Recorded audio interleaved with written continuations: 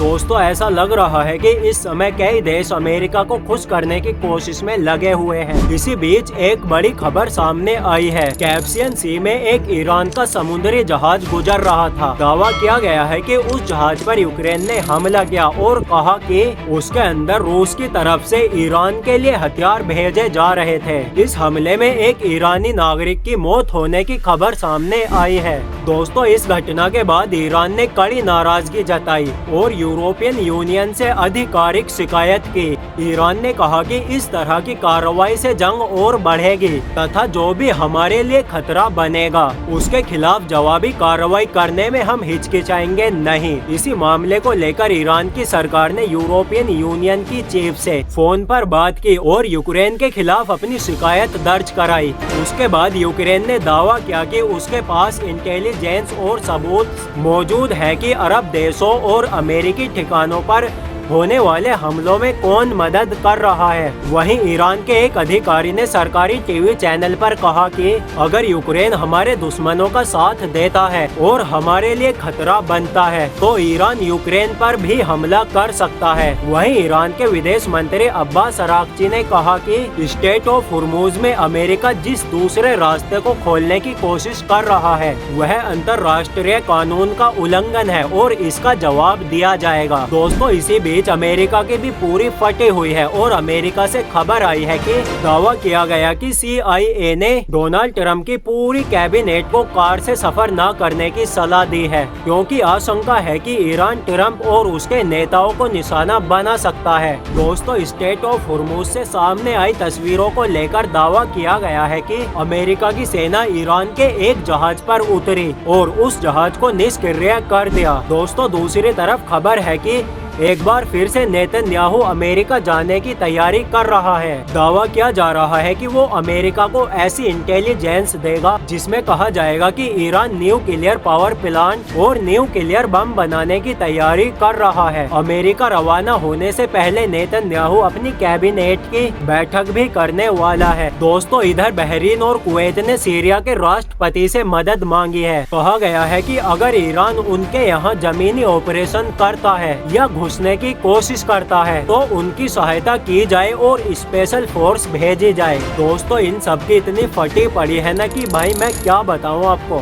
इतना तो आपको समझ आ ही रहा होगा कि इनकी कितनी बुरी फटी हुई है। भाई सोचो वो तो ईरान सिर्फ अकेला ही है तब इनकी इतनी बुरी फट रही है और अगर धोखे से रूस या फिर चीन ईरान के साथ खुलकर आ गए तो भाई ये तो अपनी पैंट में ही समझ रहे हो ना भाई। दोस्तों मैं इसीलिए कहता हूँ हर वीडियो में कि गोदी मीडिया से बचने के लिए और हर खबर की सही जानकारी और आसान भाषा में समझने के लिए कैफ एक्सप्लेन्स YT को सब्सक्राइब कर लो। दोस्तों वहीं ब्रिटेन की मीडिया ने दावा किया कि ईरान की यूनिट 700 ब्रिटेन के अंदर सक्रिय है। ब्रिटेन की इंटेलिजेंस का भी दावा है कि ईरान अपने लोगों, एक्सपर्ट्स और फौजियों को माइग्रेट के रूप में ब्रिटेन भेज रहा है जहां वो इकट्ठा होकर ईरान के लिए काम कर रहे हैं। दोस्तों जुम्मे के दिन अमेरिका के हमले में मारे गए 4 ईरानियों की खबर भी सामने आई है। वहीं जॉर्डन में मौजूद अमेरिकी बेस की सैटेलाइट तस्वीरों को लेकर दावा किया गया है कि ईरान के हमलों से वहां भारी नुकसान हुआ है।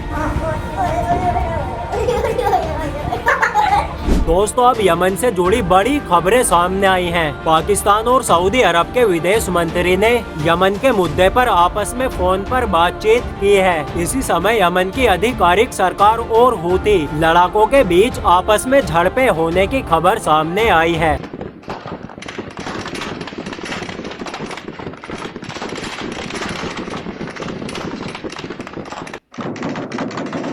यानी मेरे दोस्तों यमन की जो आधिकारिक सरकार है और हूती लड़ाके हैं वो आपस में लड़ रहे हैं, उनकी खबर सामने आई है। दोस्तों उधर ईरान के IRGC कमांडर इस्माइल कारी ने सऊदी अरब को कहा कि अमेरिका से कुछ सीखो।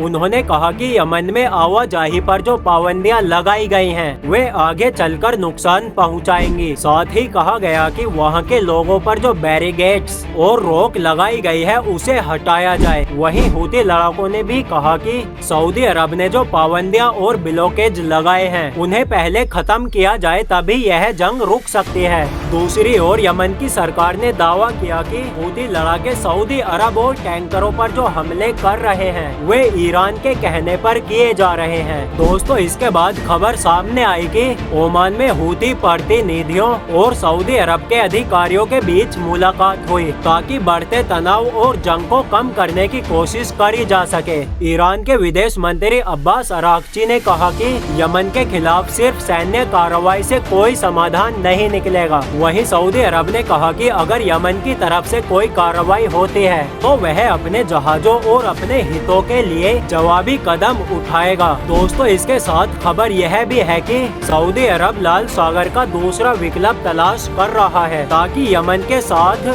टकराव कम किया जा सके। दोस्तों, उधर अमेरिका ने तुर्की को झटका देते हुए कहा कि तुर्की ने अभी ऐसा कोई काम नहीं किया है जिसके आधार पर उसे F-35 फाइटर जेट दिया जा सके। दोस्तों, इसी बीच अमेरिका के एक बड़े चैनल CBS न्यूज की महिला पत्रकार ने इस्तीफा दे दिया। उन्होंने दावा किया कि अमेरिकी सरकार की ओर से उन पर ईरान के खिलाफ प्रोपोगंडा फैलाने का दावा बनाया जा रहा था। उन्होंने कहा कि उनका जमीर इसे स्वीकार नहीं करता। दोस्तों, इसलिए उन्होंने इस्तीफा दे दिया। उसके बाद खुलासा हुआ कि इजराइल ने अमेरिका के अंदर अपनी छवि बेहतर बनाने के लिए लगभग $1 बिलियन खर्च किए हैं। दोस्तों, वहीं फिलिस्तीन से खबर सामने आई कि इजरायली सेटलर्स ने एक फलस्तीनी मस्जिद में आग लगा दी।